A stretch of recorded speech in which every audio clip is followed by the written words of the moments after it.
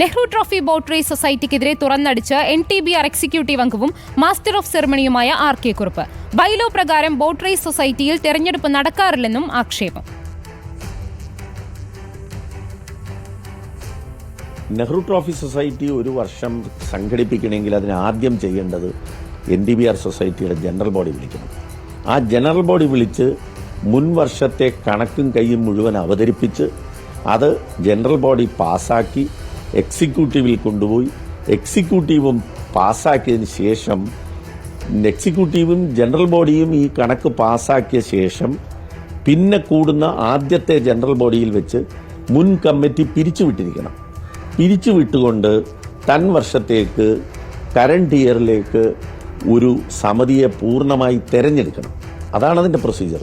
പുതിയ തലമുറയിൽപ്പെട്ട ആൾക്കാർ അതിനകത്തേക്ക് കൂടുതൽ കടന്നു വരണം.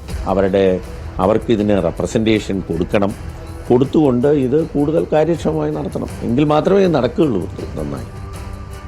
സൈഫുന്നിസ, ഇപ്പോൾ ഈ നെഹ്റു ട്രോഫി ബോട്ട് റേസ് സൊസൈറ്റിക്കെതിരെയാണ് NTBR എക്സിക്യൂട്ടീവ് അംഗം രംഗത്തെത്തിയിരിക്കുന്നത്. പ്രധാനമായും എന്തൊക്കെയാണ് ഇദ്ദേഹം ആരോപിക്കുന്ന കാര്യങ്ങൾ?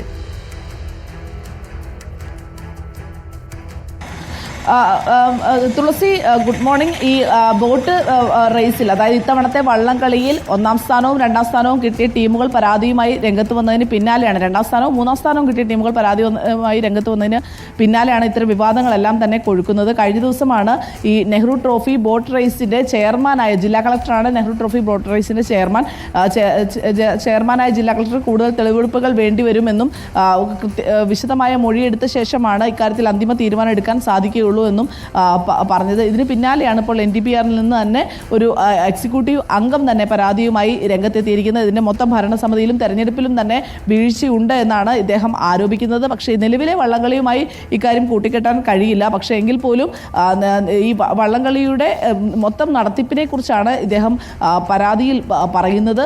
നിലവിലെ സാഹചര്യത്തിൽ കളക്ടറുടെ പരിഗണനയിലാണ് ഈ വിഷയമുള്ളത്. അതായത് വള്ളംകളിയിലെ 1ാം സ്ഥാനക്കാരാണ് എന്നുള്ളത്. നിലവിൽ കാരിച്ചാൽ ചുണ്ടനെയാണ് ജലരാജാവായി തെരഞ്ഞെടുത്തിരിക്കുന്നത്. പക്ഷേ 2ാം സ്ഥാനത്തെത്തിയവരും 3ാം സ്ഥാനത്തെത്തിയവരും ഇക്കാര്യത്തിൽ വിധി നിർണയത്തിൽ ഫലപ്രഖ്യാപനത്തിൽ വീഴ്ചയുണ്ട് എന്ന് ആരോപിച്ചതിന് പിന്നാലെയാണ് നിലവിലൊരു അന്വേഷണം നടക്കുന്നത്. ഇതിൽ കൃത്യമായ ഒരു തെളിവെടുപ്പിന് ശേഷമേ കാര്യങ്ങൾ വിവരിക്കാനാകൂ എന്നാണ് കളക്ടർ പറയുന്നത്. ഇതിനിടെയാണ് NTBRൽ നിന്ന് തന്നെ ഒരു വിമർശനം ഉയർന്നു വരുന്നത്. തുളസി, ശരി. ഏതായാലും നെഹ്റു ട്രോഫി ഫൈനൽ വിധി നിർണയ വിവാദമായതിന് പിന്നാലെയാണ് ഇപ്പോൾ നെഹ്റു ട്രോഫി ബോട്ട് റേസ് സൊസൈറ്റിക്കെതിരെ NTBR എക്സിക്യൂട്ടീവ് അംഗം രംഗത്തെത്തിയിരിക്കുന്നത്.